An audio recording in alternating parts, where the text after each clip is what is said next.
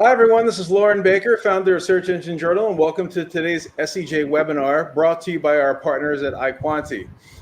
Today, we'll be going over how to do more with less, navigating customer acquisition challenges for today's enterprises. Tim and Soshavan, let you guys say hi real quick, and then I'm going to go ahead and take care of some housekeeping. Great. I'll go first. Hi, everyone. My name is Tim Murphy. I am a strategy consultant, currently working for Crum & Forster with almost 20 years experience in digital marketing leadership, both on the luxury, CPG, wines and spirits side and the insurance and financial services side. So quite a mix, and I've got the scars to show for it. Awesome. Hi, everyone. Good morning, good afternoon, good evening, because we are logging in from different parts of the world. My name is Sushovan. I am the Director of Digital Solutions and Consulting. I mostly work on cross-channel, full funnel marketing strategies to deliver acquisition goals for our clients. I've got over a decade-long experience of managing clients across multiple industries, starting from consumer handsets, Alcobev, and of course, BFS being a key one. And I'm a key member of customer acquisition and consulting teams for major clients here at iQuanti. Great. So thanks, Tim and Soshavan. Before you guys get started, I just want to go through some housekeeping with our attendees. First of all, you'll notice a lot of emojis at the bottom of the screen. So please feel free to encourage our guests as they're presenting with smiley faces, hearts, laughs, claps, whatever it may be. It's always fun to see those pop up on stage. Likewise, there's a chat box in the webinar here. If you could go ahead right now and just type in where you're coming in from. We have people usually coming in from all over the world. So just go ahead and chat, say who you are, where you're coming in from, things like that, just to get things rolling. That's always fun as well. After the presentation is over, we'll be having a Q&A session. So while Tim and Soshavan are presenting, please go ahead and ask questions based upon each slide. And then at the end, we'll be sifting through the questions for some live Q&A to get those questions answered. We'll also have a poll later on in the presentation. Highly encourage all attendees to go ahead and vote on the poll. It's great to get that information directly from you live and just sift through that data as we're presenting, which is a lot of fun as well. And that's pretty much everything on that side. One of the questions that we get mostly coming in Q&A is, will this presentation be made available afterwards? The answer is yes. All attendees and people who have registered will receive a copy of the slides as well as the video after the webinar is over. And that's pretty much everything on my side. I'm going to hand things off to you all to get started. Thanks. So before we begin, I would like to probably take a quick couple of minutes to walk you guys through what iQuanti is. So iQuanti is an agency that powers superior digital marketing performance for global brands with strong data science and vertical expertise.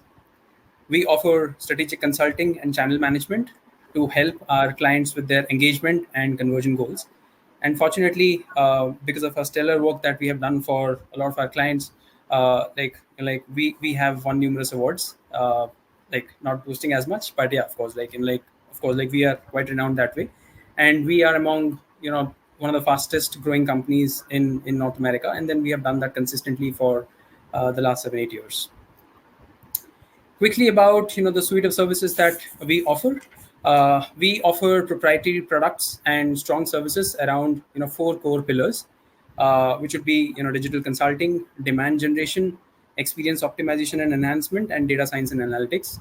So we obviously bring in a lot of our vertical knowledge expertise to layer in on top of each of these to deliver the kind of superior results that we usually deliver for our clients. All right, so quickly jumping on to what we are going to cover today. Of course, we are going to cover 4 crucial aspects. So Tim will begin with giving a quick overview of the fast evolving landscape as well as consumer behavior. So we have got quite a bit of things which I'm sure like many of you would be aware of, based on like what we see, like day in and day out. Then we get into the core or crux of this webinar, which is about discussing some of the ways by which we could drive efficiency in acquisition. And then we are also going to quickly cover a few things that brands should do, like to help them win in the long term.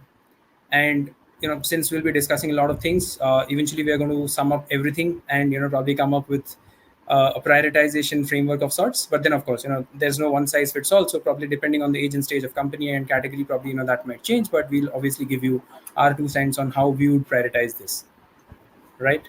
So without any further ado, let us quickly hand over the session to Tim, who is going to walk us through the first section, which is around fast evolving digital landscape and consumer behavior. Over to you, Tim. Great. Shoshovan, thank you. And thanks to everyone for joining. Thanks for our friends at SEJ for hosting. So yes, before we dive in, we just want to talk a little bit about the digital marketing landscape. And we would characterize the landscape as robust and evolving, which is both a good thing and a bad thing for those of us who operate in that space. But most importantly, I think we would characterize it as challenging. So let's dive in and have a little look. So first, let's talk about the ad market. The ad market, the digital advertising market today is very robust. Again, that's good news for us. That's bad news for us. We'll touch on the bad news piece in a few minutes. But essentially, we are now at this moment in a very robust advertising market. In 2024, most sectors are looking to increase their digital ad spending. In fact, expected year-on-year growth in 2024 is 13.6%, almost 14%, driven by strong consumer sentiment and also, really strong economic indicators. But I think the most telling trend and the most interesting thing happening right now in the digital ad market is represented in the chart on the right side of the page. And basically what this illustrates is what's going on with the retail share of the sell side.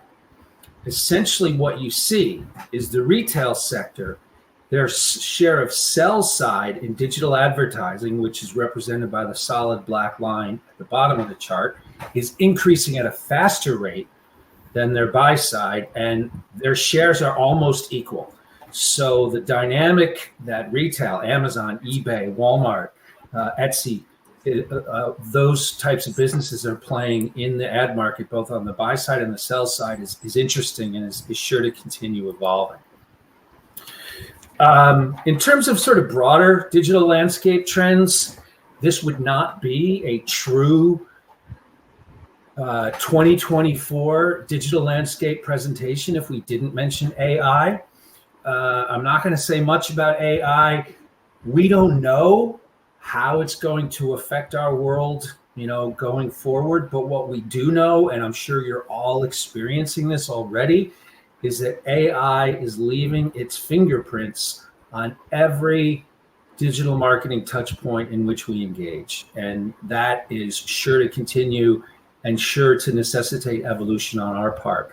And of course, the other sort of big digital landscape trend that we're all in tune with is privacy laws, CCPA, for those of us here in the US, and other states around the country are enacting similar laws, GDPR, of course. And then in addition to that, actions taken by Apple, Google, cookie deprecation, which in some will make it more difficult for us to target those customers and those consumers that we're really focused on. And then talking about consumer trends. The headline from a consumer trend perspective and consumer behavior is Gen Z.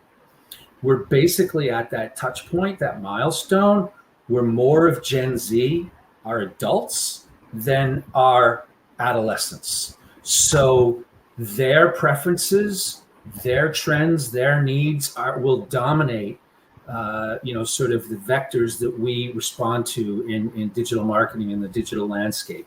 It's no surprise that Their favorite format is video.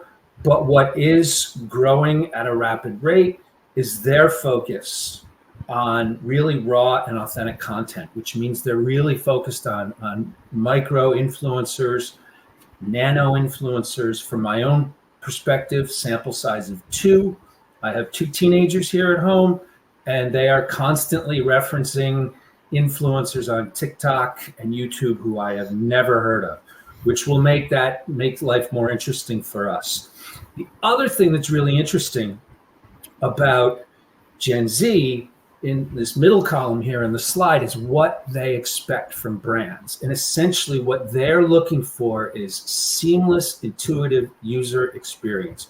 Remember, these guys are natives. They were born into this, so there's a lot less margin for error on our parts for this consumer cohort than there is for their older cohorts. And the interesting nugget in this, it's a sub bullet in the middle column there, 8 in 10 Gen Zers would switch banks for a better online or mobile experience, and that's more than would switch banks for lower fees. So that gives you an indication about how much pressure is on us for user experience. So what does this mean in sum? As I mentioned, with all of these changes, it's a challenging market.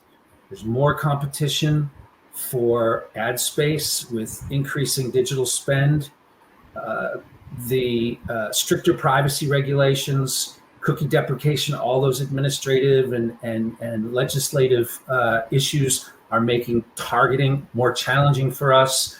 And Gen Z, their focus on micro and nano influencers makes it harder for us to deliver messages in the right context, the desired context, and their demands for really seamless, clean, intuitive UI, of course, just gives us less margin for error in satisfying those audiences. And then broadly, in general, consumers of all shapes and sizes have been more mindful of their discretionary spending, which means, in general, competition for their attention and then ultimately for their dollars is more intense. So, what that means for all of us, which almost seems in some ways unfair, is that at this time of rapid change, it's even more critical that we keep up with the changes, that we build and maintain a knowledge base of the modern marketing landscape, build and maintain a robust and solid tool set, MarTech, technology, data, and as Shoshovan is about to go into, really focus on how we can do more with less. So Shoshovan, back over to you. Thanks a lot, Tim. I think that was a very, very comprehensive and exhaustive summary, which you managed to cover within a very short period of time. I think probably just one more point that I wanted to highlight from one of your slides was, if you look at the percentage of spends that are going on search advertising versus push media or display, because we keep getting those questions a lot from our clients as well, because they don't know where should they be pegging their search advertising in terms of the share of spends.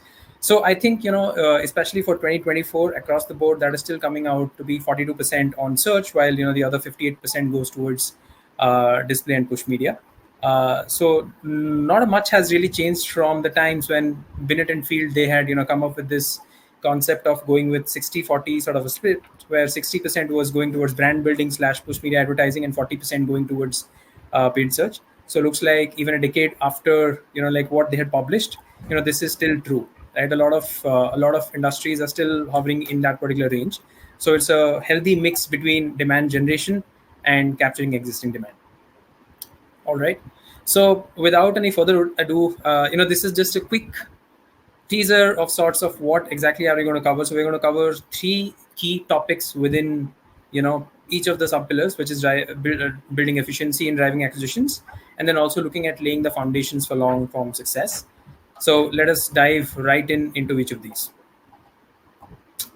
All right. So within driving efficiency and acquisition, the first up that we have is, how do we look at maximizing the potential of paid search, right? A lot of agencies, they typically would be operating at, a healthy mix of, spend shares between brand and non-branded search. Some of them, they would also be including conquesting campaigns into their paid search mix as well.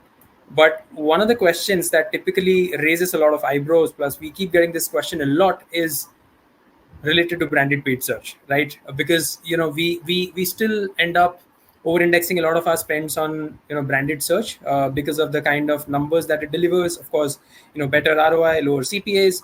So of course, like everybody tries to tend to maximize their impact coming in from branded paid search. But like lo and behold, one single question that we hear from almost all of our clients is, why am I paying for my qualified traffic? Because someone is already searching for my brand name, so he's more likely to come and convert for me. So why should I spend on branded paid search? And is it even justified? Because if you look at your overall paid search spends, there is quite a bit of spends that go towards branded paid search, right? And over the years, what we have realized is, of course, I mean, that's a very fair question, but does not have a straightforward answer.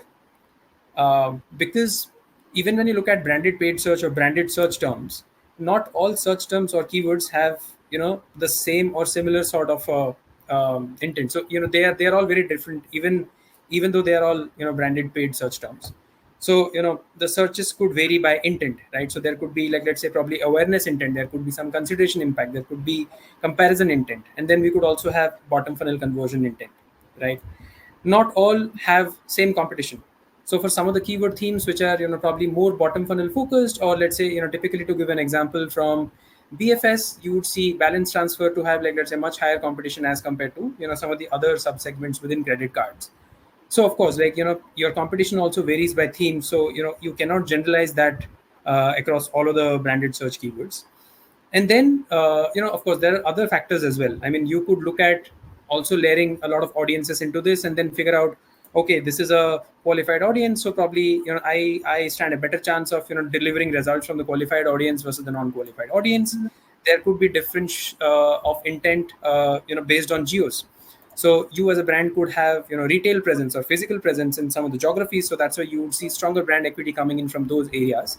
So these keywords would also be different from the keywords which are, like, let's say, probably not coming in from the geos where you may not have a strong presence, right? So when we are looking at this extremely complicated web, what we are saying is probably one of the most effective ways for us to figure out whether branded search works or not is incrementality testing. All right, so let me give you an example.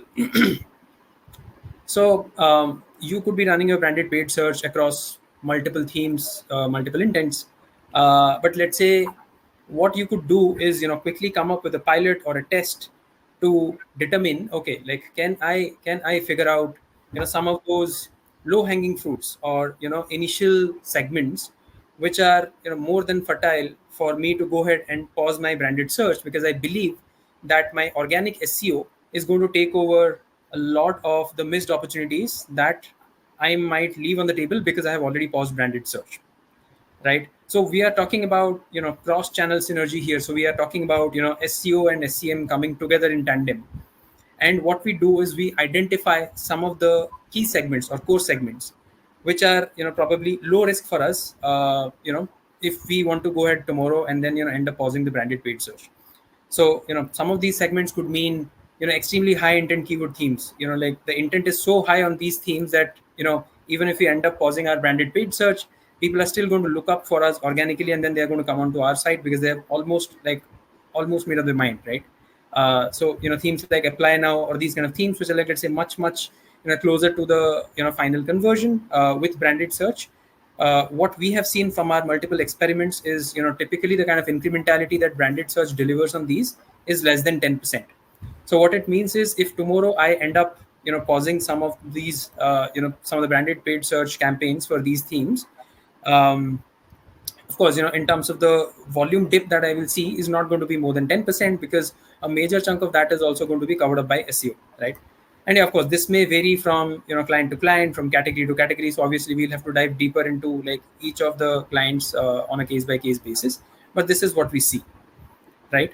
And the example on the right is probably there could be some of the other themes where probably people are somewhere in the consideration or slightly advanced consideration to eventually getting into the beginning of the purchase journey. So over there, you would see that they are still evaluating. So they might be looking at, probably terms which have brand plus feature terms, right? So, that is a signal, that is a signal of, probably comparison intent. They might be looking at, probably this as one of the options, but then they have got other brands also in the consideration set. So what we have seen is when we went ahead and paused, branded search for, some of the limited set of keywords within these themes, we see quite a significant incremental impact coming in from branded paid search, right? So basically, if you end up pausing our branded SEM on these themes, you will see a big dip in your volumes, which will not be able to be bumped up by SEO, right? So like what you need to continue doing for the examples on the right is you continue investing in branded paid search, but at the same time keep investing in improving your SEO to a certain extent, where you try and move the second pillar into the first pillar, wherein your SEO and CRO initiatives are strong enough for you to kind of like give those kind of results just without branded paid search, and then you can start moving some of those segments from pillar 2 to pillar 1, right? So this is a great example of cross-channel collaboration wherein we see SEO collaborating with SEM. Next up, we have another example. So, of course, this is an example of cross-channel collaboration between SEM and affiliates. So typically what happens is when you look up for one particular branded keyword, you would see, you should ideally see, your ad appearing on top, because like you're more likely to have a better quality score and better chances of, sort of like winning the auctions. But along with that, you would also see a bunch of other competition as well, which is popping in. So if you look at your overall search engine results page and you look at your share of space within SERP, you would see, probably you would be operating at 1 out of 3 or 1 out of 4, right? So, one of the quick hacks to sort of like also counter that could be introducing, another partner into the auctions, and probably taking up a larger share of the search engine results page, right? So in a way, what we are trying to do is we are trying to push competition down and reduce the visibility that competition could take on my branded keywords, but at the same time I take up probably a major real estate and followed by probably a partner of mine. So what happens is when people click on that partner and then go on to the landing page by the partner, that landing page is going to have content only about the product that a person is searching for, right? So it's everything is branded page, branded content, and eventually when we are looking at driving conversions from that, the chances of conversions coming in from that particular aspect also increases. So by doing this sort of brand protection program for our clients, we have seen up to 20% incremental conversions coming in. And what we have also seen is there has been a 10% incremental CVR for some of the instances, because when more of your brand shows up, that also speaks highly about the kind of credibility that your brand brings to the table, and that is also sort of like treated favorably by the audiences. All right, so moving on, this is another quick example of cross-channel collaboration. Of course, we spoke about collaboration between SEO and SEM. We spoke about collaboration between SEM and affiliates. Another way by which you could like also come up with interesting collaborations within paid is look at collaboration between different paid channels. So one of the limitations that we have seen a lot of clients have is they will have budgets which are decided or frozen based on channel. So if you have paid social, if you have probably affiliates, if you have paid search, like within campaigns as well, you will have your budgets frozen. And many times you try to operate within those silos wherein you're trying to maximize the outcomes for the budget that is given for that particular channel, right? But when you take a slightly higher level view and think of business first instead of being channel first, what you could eventually do is look at your overall budgets across channels as one particular kitty, as one pool, and then you are determining which channel to activate based on the incremental headroom that you see, because not all channels will have the same headroom. So you'll have to obviously figure out what is the headroom for you to grow. And then the second thing is what is the incremental return on ad dollar. So iQuanti has got a proprietary tool which deploys advanced statistical models through which it is able to give recommendations on what should be the budget allocation across channels, which could help us maximize our business outcomes rather than operating in the silos of thinking about maximizing the channel outcomes, right? So this is again a great example of cross-channel collaboration, and we have seen really good results coming in through this particular approach for our clients.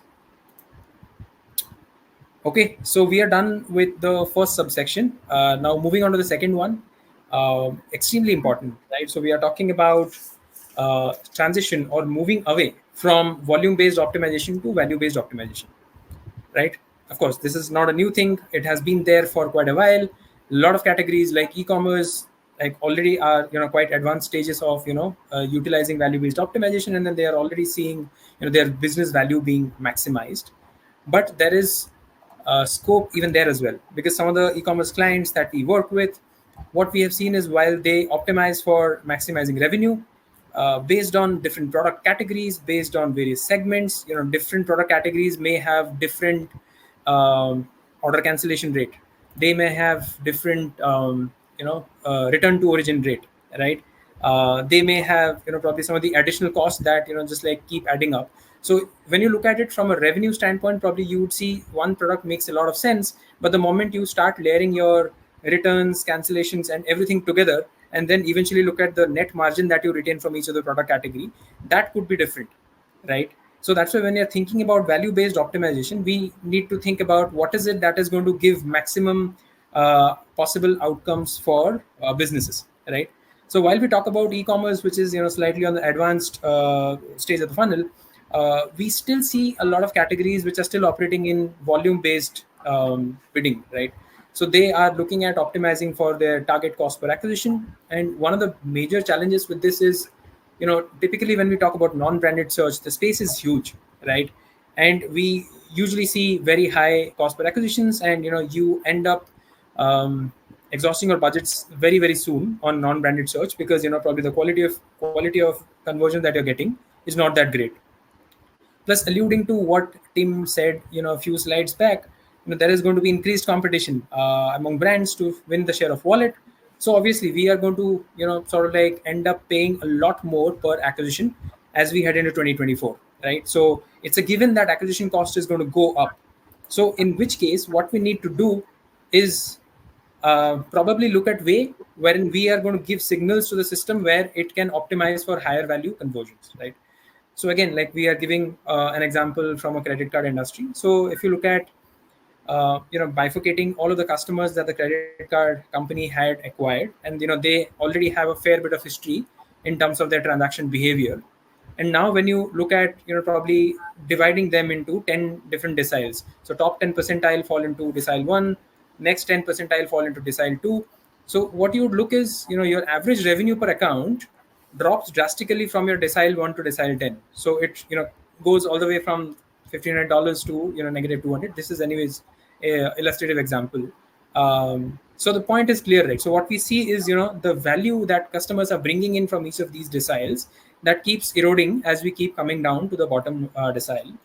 But interestingly, when you look at the average cost per acquisition that the system delivers when you move on TCPA, the system is not going to differentiate between decile 1 and decile 5, because for the system, all of them are conversions, and it is going to treat all of the conversions equally, because of which you will see very, very different ROAS, which is return on ad spend, per decile, right? So, like one of the most important things for us to do here is, especially for these kind of categories, BFS is one, real estate could be other, automobile as well could be another. So for these kind of categories, we start thinking value first, instead of probably thinking about acquisition volume first, and start moving towards target ROAS, target return on ad spend, as compared to target CPA.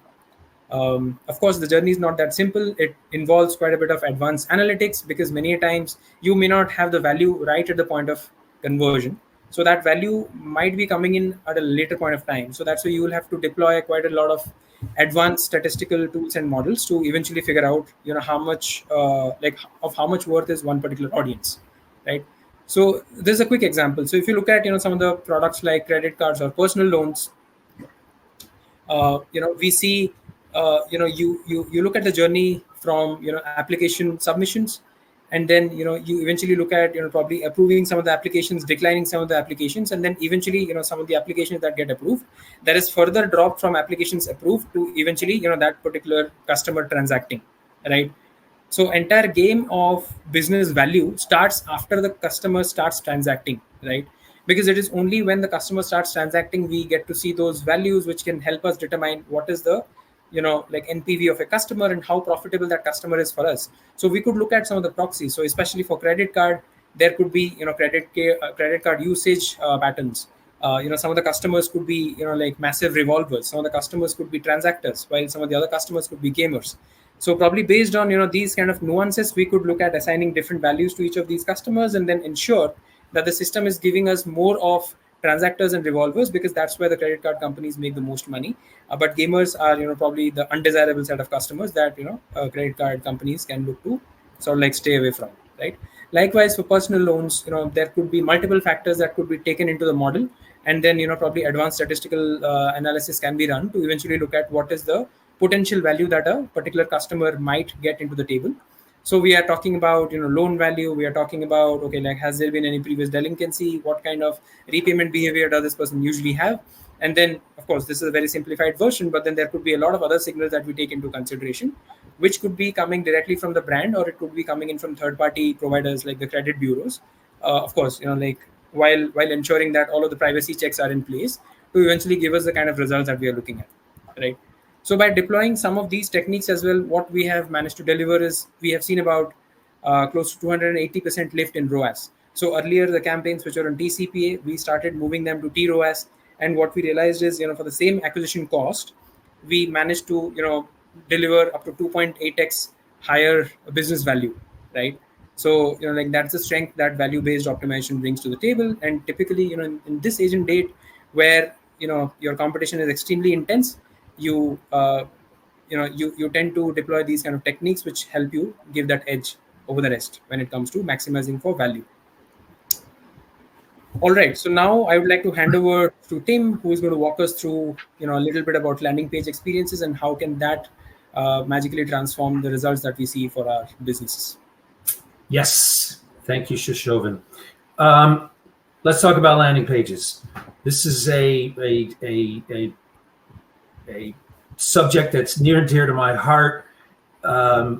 Once you've done much of what Shashovan just explained, you've optimized your media, you're driving consideration among your target, you then need to give them a seamless online experience in order to prompt conversion. And as someone who operates in the digital marketing space, I find it interesting and frankly somewhat surprising to me that many marketers either sort of neglect or undervalue this step and the opportunities that exist to optimize the experience, optimize the landing environment, and ultimately drive revenue and return. And, if we're following the theme of this talk, of this webinar, doing more for less, this is, incongruous to that for a couple reasons. First of all, if you have a disjointed landing page experience, it can negate the efficacy of the efficient and effective media plan that you have in place when you do things like, the tactics that Shashovan laid out. And from an efficiency standpoint, like once your site is up and optimized and you have your tool set running, which of course costs money, it's a very efficient touch point. You can make changes and run tests and optimize very quickly.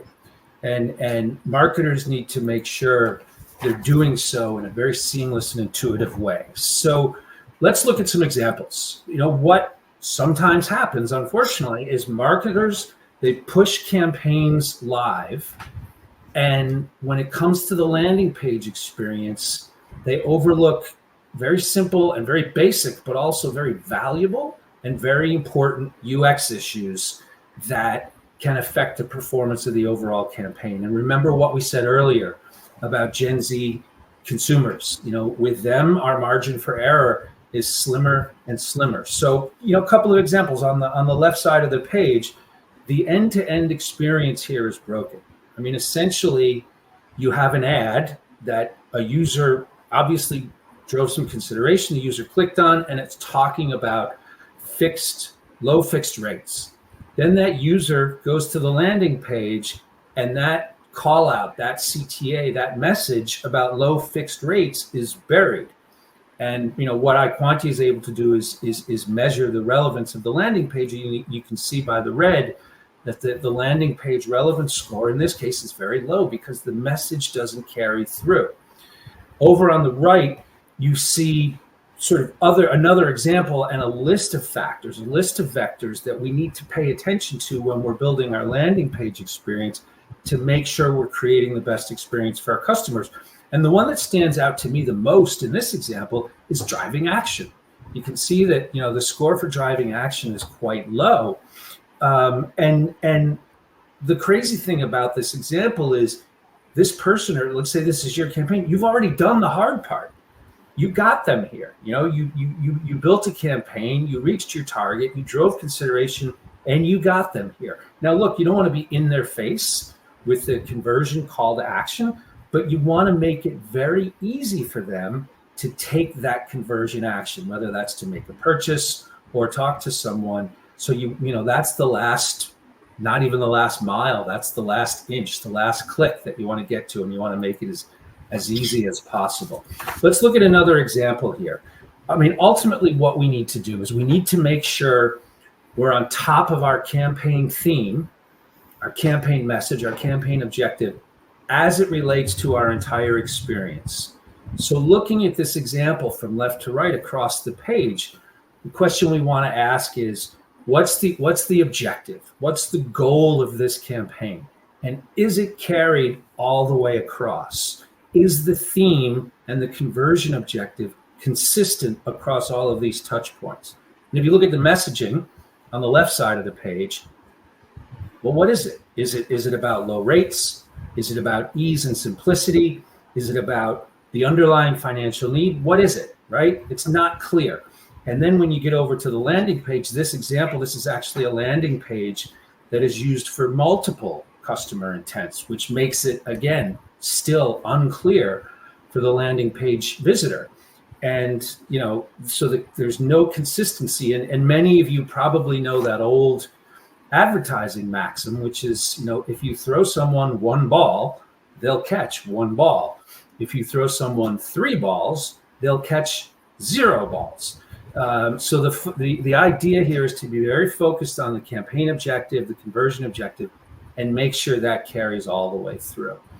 And then finally, it's important to just simply make sure you're delivering custom experiences across channels. And for example, in this case, on the right side of the page, it includes things like partner affiliate websites. Like, don't forget about all of the touch points and all the platforms that are part of that campaign. And ultimately, remember, what we're trying to do is we're trying to make it easy and intuitive, as easy and intuitive as possible for customers to get to where you're asking them to go. So, again, to quote Jerry Maguire, it's really help me, help you. Make it as easy as possible for them.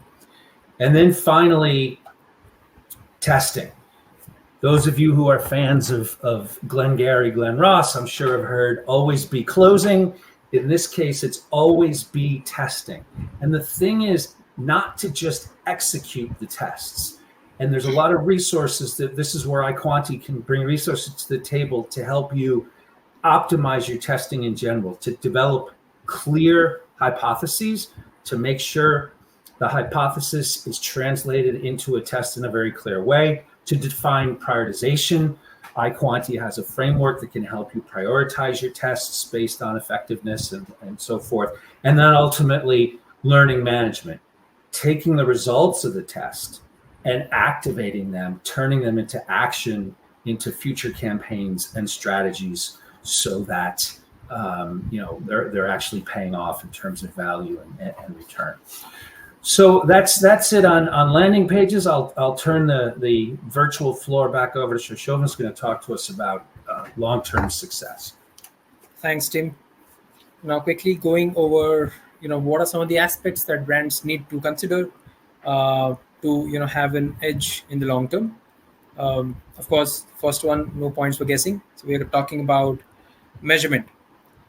Measurement in today's agent stage is extremely complicated because of complex user journeys, right? Because like if you look at the total number of touch points that users are exposed to from a brand standpoint, it is massive.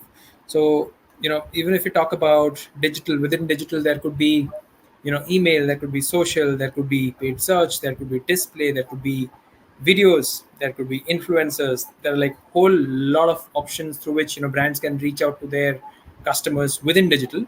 And then there's a world outside of digital as well, which is where we get into the likes of radio, television, outdoors, digital outdoors. And there are a whole list of options out there, right? So when you look at measurement, and one of the key challenges that brands face is they find it really really difficult to apportion a um, certain share of a conversion or a conversion value to the channels, because there could be multiple channels which might have like led to that sort of conversion. While most of the Google is still on last click or data driven attribution, that is still like overly indexed towards the last click or probably click based attributions. So typically we see three major pillars within measurement, right? So we begin with media mix modeling. So that is something which brands deploy when they have got multiple options on media, not just digital. So it could be digital, non-digital, and then there could be some external factors or variables that also might be influencing the major, business outcome. So let's say there is a sale happening somewhere, and then you might have run a newspaper ad for that, or there could be a store frontage. That also acts as a media from a promotion standpoint. So how do you take all of these macro factors and external variables into picture, and then like eventually map out a model that helps you understand, okay, this particular channel typically delivers this kind of ROI, so that's why I should definitely have this in my media mix. One of the major challenges with media mix modeling is it is too complex. It takes data. One of the best practices is you need to have at least 3 years worth of data put down in granular format, like day wise, like how much have you spent, what kind of numbers have you seen in terms of your revenue or business. So yeah, of course that is a very very complex platform to navigate. But thankfully, because of advancements in AI, we have seen brands creating media mix modeling for like much shorter time frames as well, and that is, if not more accurate, at least probably can give you similar accuracy when it comes to deploying the values that you can assign for each of the platforms. So this is at a very very macro level. Now coming on to something called as multi-touch attribution. So while media mix modeling happens at a macro level, that does not give you information about what you need to do to quickly optimize your campaigns. Multi-touch attribution on the other side is going to go into like really really minute level of detailing, and then that is something which can give you the nuances that you're looking at to optimize your campaign, right?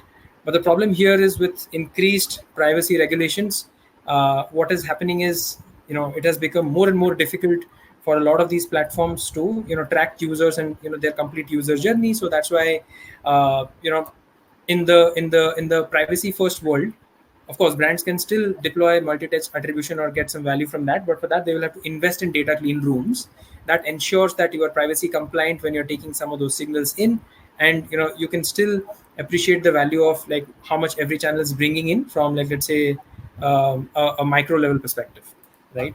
And last but not the least, you will also have to add it up with some bit of incrementality testing, because there could be nuances wherein you don't know whether something works or not works. So probably you could deploy advanced analytical models for you to arrive at two sorts of clusters. So one is your test, and the other one is holdout, and both of these clusters would be very very similar in terms of their nature. So that what happens is when you introduce a variable into your test segment, whatever change that you see, you will be able to attribute that to the variable that was introduced in test, while holdout that was something which is missing.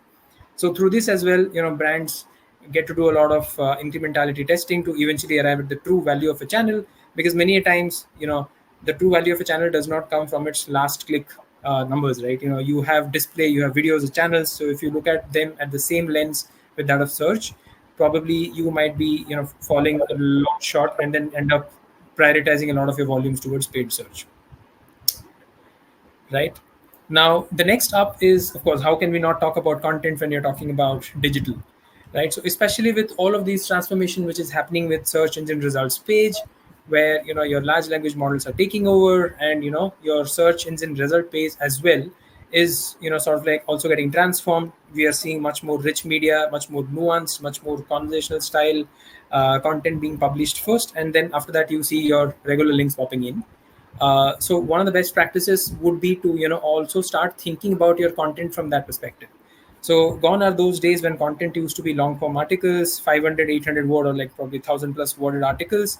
But these days brands are mixing it up with a lot of infographic style content, so that customers can get to what they're looking for in a very, very fast and quick manner. Nobody has the time to sort of read the entire article. So probably how can you make the experience much more intuitive, much more fun, and at the same time, like how do you value how do you deliver the kind of value that you're looking to deliver for the user, right?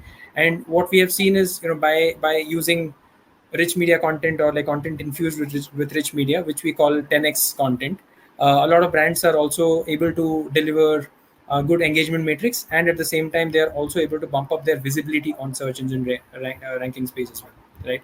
But yeah, these are still fairly early days, but looking at the pace at which AI is growing, probably another 3 to 6 months you would see a whole lot of content which would probably follow similar sort of nuances. Of course, we all know what short form videos are already doing for a lot of brands, right? And last but not the least, when you think about delivering those elevated user experience, personalization is something that definitely comes to the mind. And brands can definitely try and mix and match a lot of ways by which they can personalize their content. And of course, this is not something which can be done in about a month's long time, because it might also need investments into your CDPs and, like, let's say probably customer platforms and all. So of course, some of the things that we need to keep in mind is there could be multiple types of personalization. We could be talking about offers, we could be talking about product or content recommendations, we could be looking at UX elements. Like, let's say probably there is something that you engage the most with, so probably having a landing page which sort of gives you what you engage the most with could also be a form of personalization.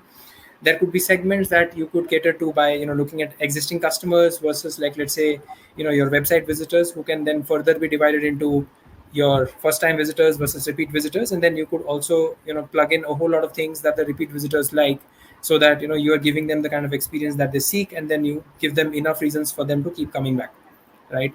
Likewise, your pages can also be customized for, like, let's say it could be category page, it could be product detail page, it could be a home page, it could be like landing page for a paid advertising, but ensuring that you are ensuring a great experience for the consumer and giving them the kind of value that they are seeking in the journey is extremely important. And last but not the least is when you're looking at it from an impact standpoint, so what will all of these things eventually lead to? We have seen a lot of client cases where clients have been able to improve their application start rate or application submit rate. We are talking about better engagement metrics. It could be in terms of reduced bounce rate, so there is higher engagements happening on pages. And then there could be increased product discovery that is happening because of easier navigation on the page as well, right? But the key thing to note here is this is still a longer term journey, and then of course, like, Rome was not built in a day. So we'll have to take it step by step based on where are you in your personalization journey, and what kind of budgets do you have to start thinking about what all can you implement in next 3 months, next 6 months, next year. But personalization is definitely going to kind of like give brands superior results as compared to other competitors who are not using personalization, right? So with this, we come to the end of everything that we had to share, both from a efficiency driving perspective as well as from a long term perspective. So I think I would like to probably take 2 cents from Tim. So Tim, based on your experience and expertise of working with clients across multiple categories, if you were to come up with a quick prioritization framework for the options that we just spoke about, right? So within efficiency there are three, within long term there are three. Which of those do you think, I mean, you would probably prioritize first, followed by something else? Yeah, good question. And I guess I'm going to answer that in a different way. So Chauvin, what I would prioritize first, and I think one of the risks that any of us who do this, for a living run, is quickly trying to boil the ocean, getting caught up in the complexity, and ultimately accomplishing nothing, and inefficiently in the process. So the first thing to do is develop your use cases. What are your business objectives? What are the goals that you're trying to achieve? And make them as simple as possible. And that way, as you're building out your media plan, you're optimizing your media, I would absolutely, given generally this audience, focus on optimizing your paid search dollars as Sushovan described. And as you're building your landing pages, you're constantly focused on what it is we're trying to accomplish. And from there, in the the long-term piece, focus on that measurement, because what I always like to say is measurement doesn't necessarily answer questions. It just creates more questions, but in a good way. More things for you to explore and more things for you to uncover. So the number one priority for me is the use case, the goal. But within that, I think that if I were on the other side of this webinar, what I would take away would be the paid search optimization, the optimization of the landing page, and the ongoing measurement piece. Great, Tim. That was really insightful. And I think, of course, like you said, a lot of things could change based on the age and stage of the company, the category that the company is, the kind of journey that the company has already had. So let's say if we already have a company who are quite closer to implementing value-based optimization, right? Probably, that is the most, robust thing to do in today's world of higher acquisition costs, right? Of course, landing page, we all know that since we're already driving traffic to the landing page, so why drive traffic to a page that is extremely poor in terms of conversion? So also having that as priority 0 becomes critical. And of course, when we are talking about maximizing the potential of paid search, we could start small, look at some of those segments, and then start and eventually build on top of each other. So that's why you would probably end up putting that into slightly lower in terms of priority. And like you rightly said, right, measurement is everything. What's the point in spending if you can't measure or if you don't know what is happening, right? So that's where cracking measurement becomes extremely critical. The other two aspects, be it in terms of building 10x content or personalized experiences, that would need some kind of investments to be poured in. So that again would depend on how much is a company willing to invest, or probably starting small and then taking this further as they keep on learning through the journey and then proceeding further, right? So that's how we would place this out. But like I said, this could change based on multiple factors. All right. So I think with this, we have come to an end of this webinar, and then I think we have a quick poll. So which is, probably we need your view, figure out of all the tactics that we demonstrated today, which one is it that you need assistance or consultation with, and probably we could help you, do a quick sense check of where exactly are you in your journey and what it would need for you to, go to the next level. Absolutely. And I've just launched the poll question. So of all the tactics demonstrated today, which one do you need assistance or consultation with? Would it be A, branded paid search incrementality, B, landing experience accelerator program, also known as LEAP, C, value-based optimization, or then D, personalization strategy? We've had quite a number of you answer the poll already. We'll give you a few seconds, and then I'm going to go ahead and share the results. So as these are coming in, I'll go ahead and share what we have thus far. And it really looks like personalization strategy is leading the pack, closely followed by LEAP, Landing Experience Accelerator Program. Any thoughts there? Yeah, I think, especially when you look at, your overall experience, and both of these have are quite closely related to what kind of user experience are you delivering once a person has already landed on your page, right? So that is clearly a measure of extremely high intent. So that person is definitely looking for something, and that is a qualification criteria that that's why that person is in here. So probably brands trying to get their acts together to eventually look at how do you maximize that how do you ensure that you are capturing most of the intent that is already generated for you, right? Because he has come onto your website looking for something, he is already sold on into the brand. So how do you ensure that you take it to the next level? And probably that would be my 2 cents on what we are seeing from the poll. Yeah, and what I would add to that, what this tells me is a lot of the folks out there in the audience find themselves at a milestone where a lot of marketers, including me, sort of struggle, which is like, okay, I'm running ads, I'm engaging people, and I'm driving them to a landing page.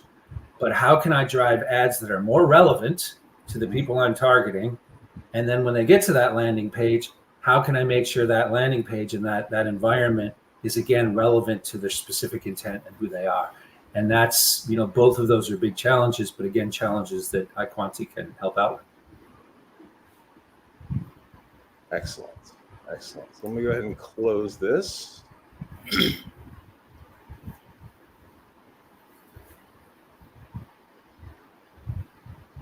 And great. Now let's move on to Q&A. So we have some questions that have come in, and we have a few minutes left. First question that we had quite a lot of similar types was, how can I get started and what should I do first? Yeah, so I'll take that. And I sort of touched on that, but that is a great question, because I think that very often if you're in a company or an industry where this is something, sort of new, it seems so daunting, and it seems like almost like you're paralyzed with indecision. And, I would say 2 things. First and foremost, as I said earlier, what's your use case? What's your business goal? Don't overthink it. Like in simple conversion terms, what are you trying to get your audience to do? Start there. And then you build everything around that. And then the other thing I would say, if you have limited budgets or limited marketing technology, I remember, I'm going back a few years when someone first explained to me, the dynamics of programmatic media and real-time bidding. And this was, of course, 10 years ago. I worked for a big company and thought it'll be decades before we have the resources to do something like that. But guess what?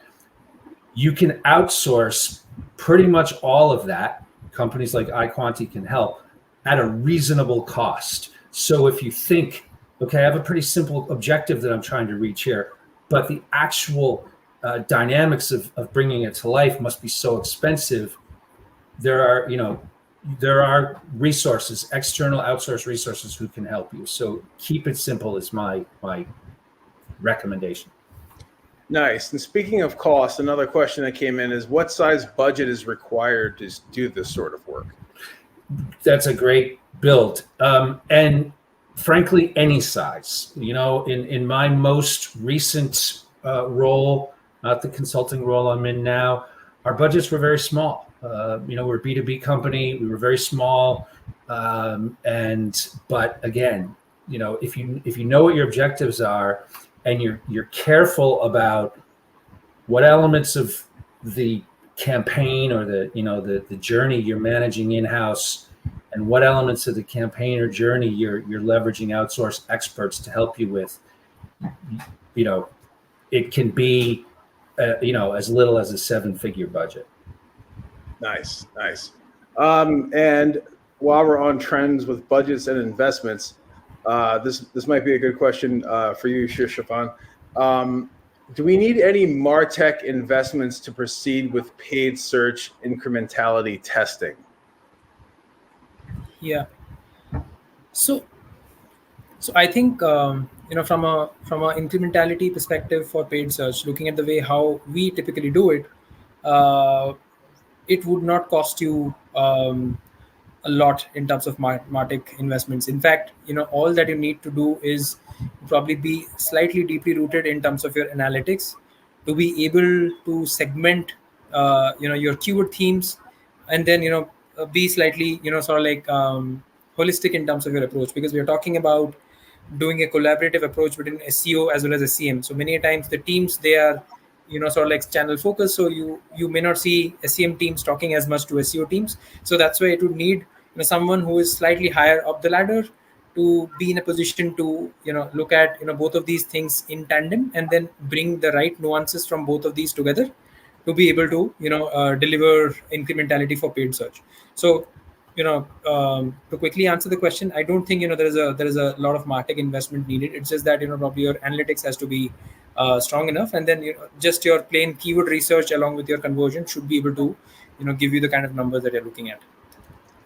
Excellent. And next on the list is, what sort of results have you seen by implementing 10x content for clients? Okay.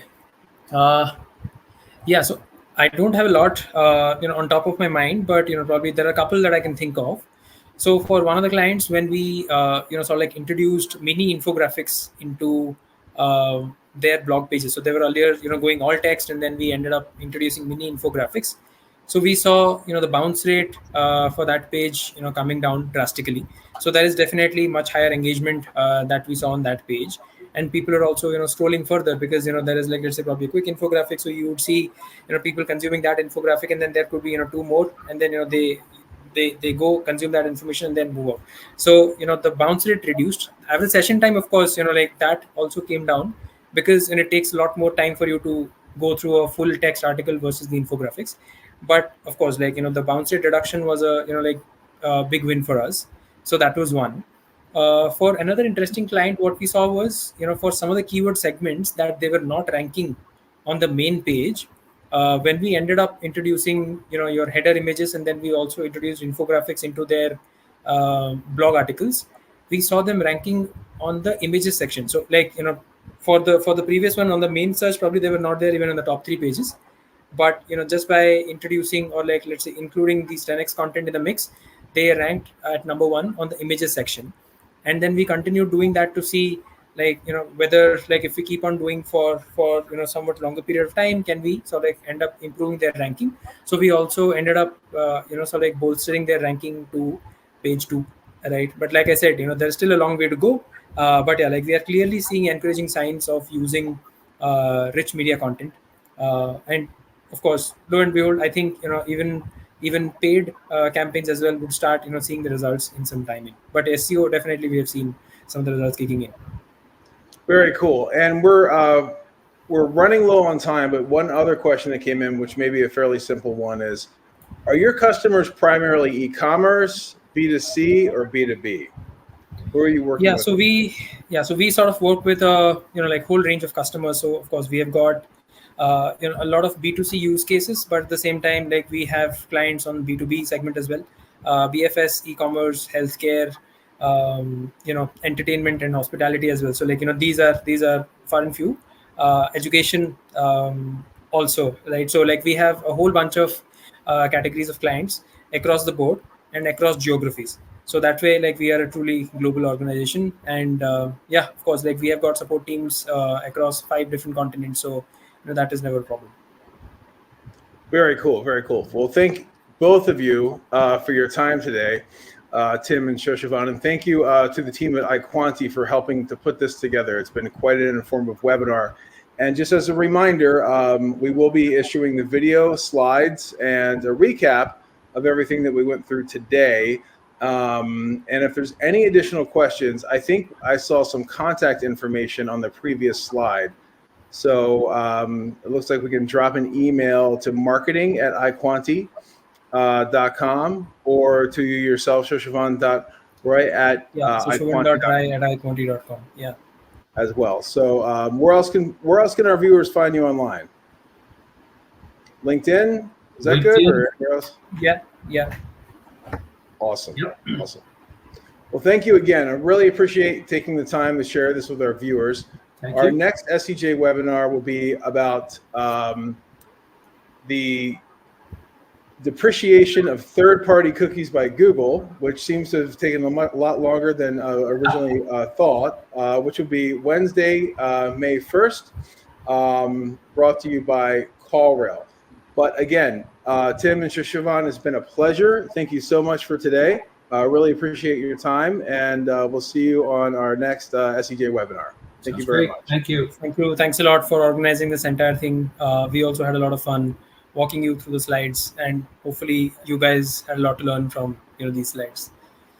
Thanks everyone. Cheers. Thank you. Bye.